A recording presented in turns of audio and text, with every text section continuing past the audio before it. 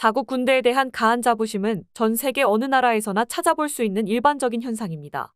군사력은 경제 문화 이상으로 국가의 파워를 직접적으로 보여주는 부분인 만큼 자부심을 느끼더라도 결코 이상한 일은 아니라고 할 수 있죠. 그런데 의외로 북한에서 못 살겠다고 한국으로 온 탈북민들 중에서 여전히 군대는 그래도 북한이 더 강하다는 이상한 자부심을 가지고 있는 사람들이 많다고 하는데요. 실제로 여러 방송 매체에 출연한 탈북민들이 남한은 군 생활이 고작 2년인데 우리는 10년 동안 훈련을 받아 정신력이 차원이 다르다. 북한 군대에 비하면 남한 군대는 소풍이라는 등 북한 군대에 대한 자부심을 드러내는 모습을 쉽게 찾아볼 수 있습니다. 물론 여기엔 북한에서 살며 받은 세뇌 교육이 한몫했는데요. 군인들에게 줄 무기도 보급품도 없는 북한군에선 군인들의 사기를 유지하기 위해 한국 군인들은 정신력이 나약한 군인들로 우리가 쳐들어가기만 하면 모두 항복하거나 뒤도 보지 않고 도망가 버릴 거라고 교육하고 있다고 합니다. 실제로 탈북하고 북한과는 차원이 다르게 풍족한 사회를 경험한 이들도 한국 군인들은 배고픔을 모르기에 전쟁이 나면 악에 바친 북한 군인들의 상대가 되지 못할 거라고 믿고 있다고 하죠. 하지만 정말 그럴까요? 흔히들 MZ세대라 불리는 요즘 청년들을 보다 보면 정말로 다시 한번 북한과의 전쟁이 발발할 경우 제대로 싸울 수 있을까 하는 의문이 들 때가 있습니다. 국가에 대한 애국심과 소속감도 약해진 현 시대 청년들이 나라를 지키기 위해 목숨을 걸 거라고 생각하기란 어려운 게 사실이죠. 하지만 개인적으론 막상 전쟁이 벌어진다면 정말로 도망가는 이는 극소수에 불과할 거라고 확신하고 있습니다. 실제로 국방부에서 우리 국민들을 대상으로 전쟁 발발 시 행동을 조사한 통계 자료를 살펴보면 해외로 도망갈 거라고 답변한 이의 비율은 약 3%에 불과했습니다. 이는 10년 전 조사 결과와 비교해서도 거의 달라지지 않은 수치였죠. 또한 군대에 들어가서 직접 싸우겠다고 답변한 이와 직접 싸우진 않더라도 군대를 돕겠다는 비율은 전체의 75%를 차지하며 전쟁이 나더라도 대부분의 국민이 나라를 지키기 위해 헌신할 것이란 사실을 확인할 수 있었습니다.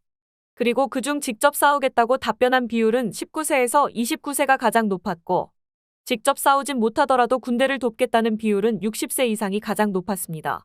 군대를 돕겠다는 의사는 중노년층이 압도적으로 높았고 우려했던 청년들의 참전 의사도 그리 낮지 않다는 것을 확인할 수 있었죠. 실제로 2000년 이후 우리 군에서 사상자가 발생했던 몇 안 되는 실전 사례인 제2차 연평해전과 연평도 포격전을 살펴보면 어리게만 보였던 20대 장병들이 목숨을 걸고 가장 용맹하게 싸웠다는 것을 확인할 수 있습니다.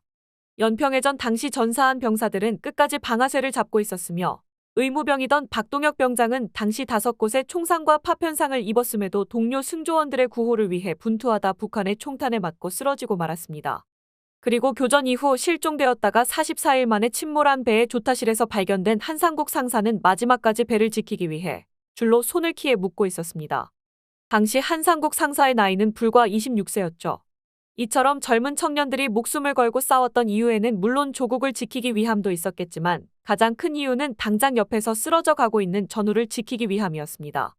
6.25 전쟁 당시 국가와 가족을 지키기 위해 목숨을 걸고 북한군과 맞서 싸웠던 젊은 병사들처럼 오늘날 청년들 역시 북한과의 전쟁이 발발한다면 가족과 전우를 지키기 위해 기꺼이 총을 들고 맞서 싸울 거라 믿고 있습니다. 그리고 사실 북한 군인들이 한국군보다 정신력이 강할 거라고 생각하는 것 자체가 편견에 불과합니다.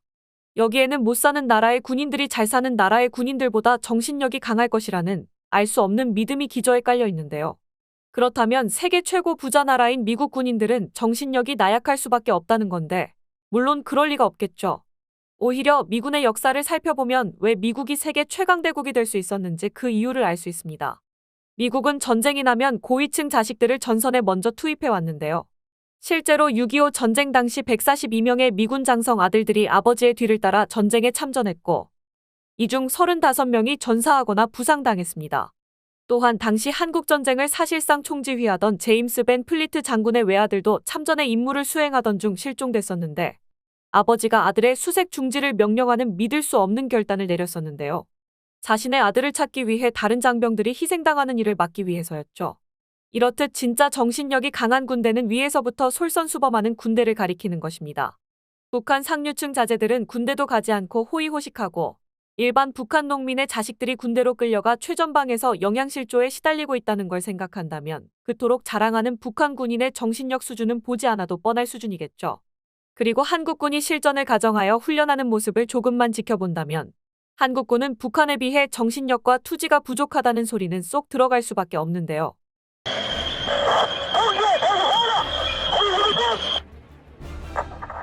기도들이 지키의 준비상에 항상 행복합니다.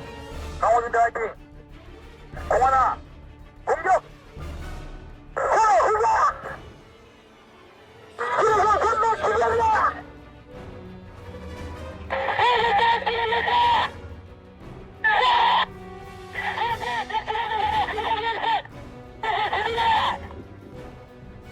가고 있다! 공격!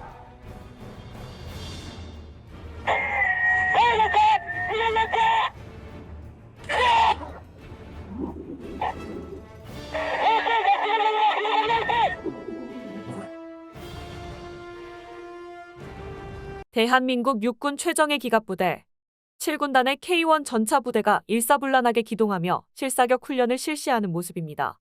지휘관의 지시에 따라 포탄이 정확하게 표적으로 날아가 명중했는데요. 특히 우렁찬 전차 엔진 소리에 통신이 잘못 전달되지 않도록 목청 높이는 전차장의 모습이 인상적이었죠. 대한민국 최정예 전차 부대의 훈련 영상을 통해 높은 훈련 수준과 군기가 바짝 잡힌 모습을 확인할 수 있었습니다. 그 정신력이 강하다는 북한 군인들이 우리 전차 부대의 위용 앞에서도 군기를 유지할 수 있을지가 궁금한데요. 현재 대한민국은 K2 흑표 전차를 필두로 하여 전 세계에서 손꼽히는 전차 전력을 보유하고 있습니다. 여기에는 대량 양상되어 우리 군에 배치된 최초의 국산 전차 K1이 큰 역할을 했습니다.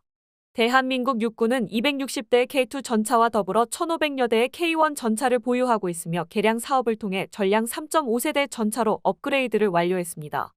그리고 현재 K1 전차를 더욱 발전시킨 K1A3로의 추가 개량 계획까지 준비하고 있는데요.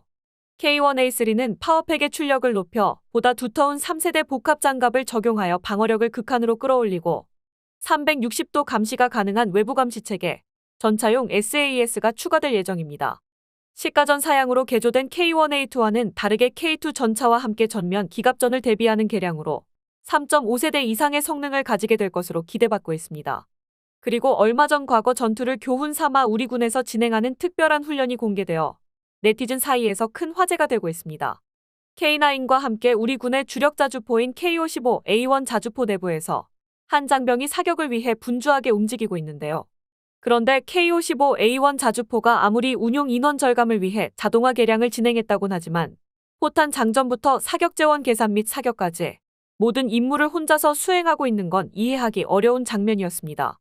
이는 평범한 자주포 사격 훈련이 아닌 실전 상황을 가정한 특별 훈련으로 전투 중 나머지 승무원이 전사하고 단 한 명만 생존해 있을 경우를 가정하고 그럼에도 전투를 이어나가기 위한 1인 방열 사격 훈련이었습니다.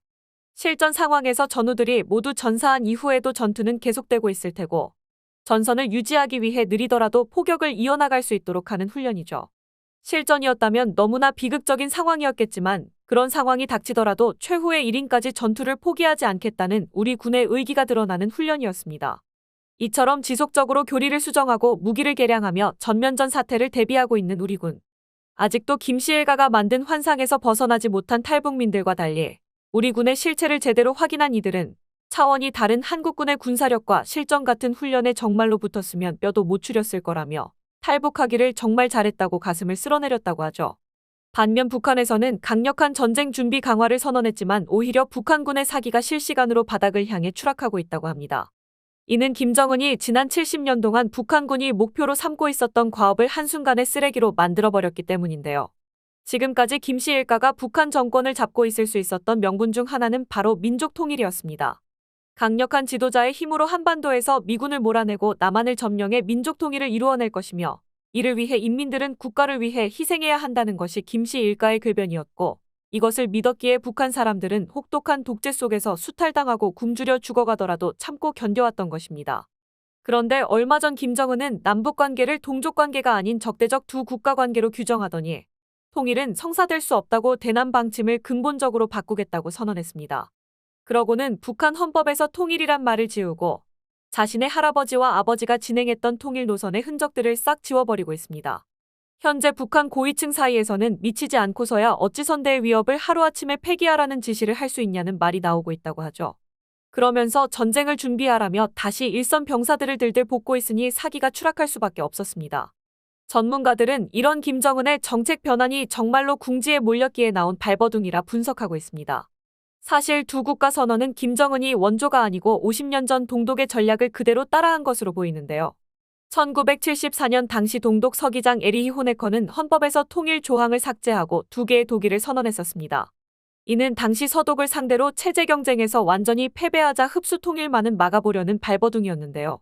북한 역시 최근 더 이상 막을 수 없는 외부 정보의 유입과 더욱 악화되는 경제 상황으로 체제가 흔들리고 있으며 딸을 후계자로 내세우려는 김정은에 대한 불만도 높아지고 있는 상황이기에 특단의 조치로 두 국가를 선언한 것입니다.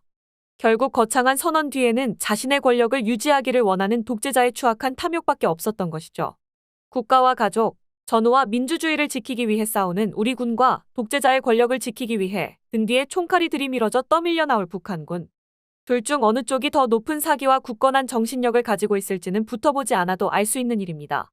오늘도 대한민국을 수호하기 위해 실전 같은 훈련으로 전투력을 갈고 닦고 있을 국군 장병 여러분께 감사드리며 새로운 소식으로 찾아뵙도록 하겠습니다. 끝까지 시청해주셔서 감사합니다.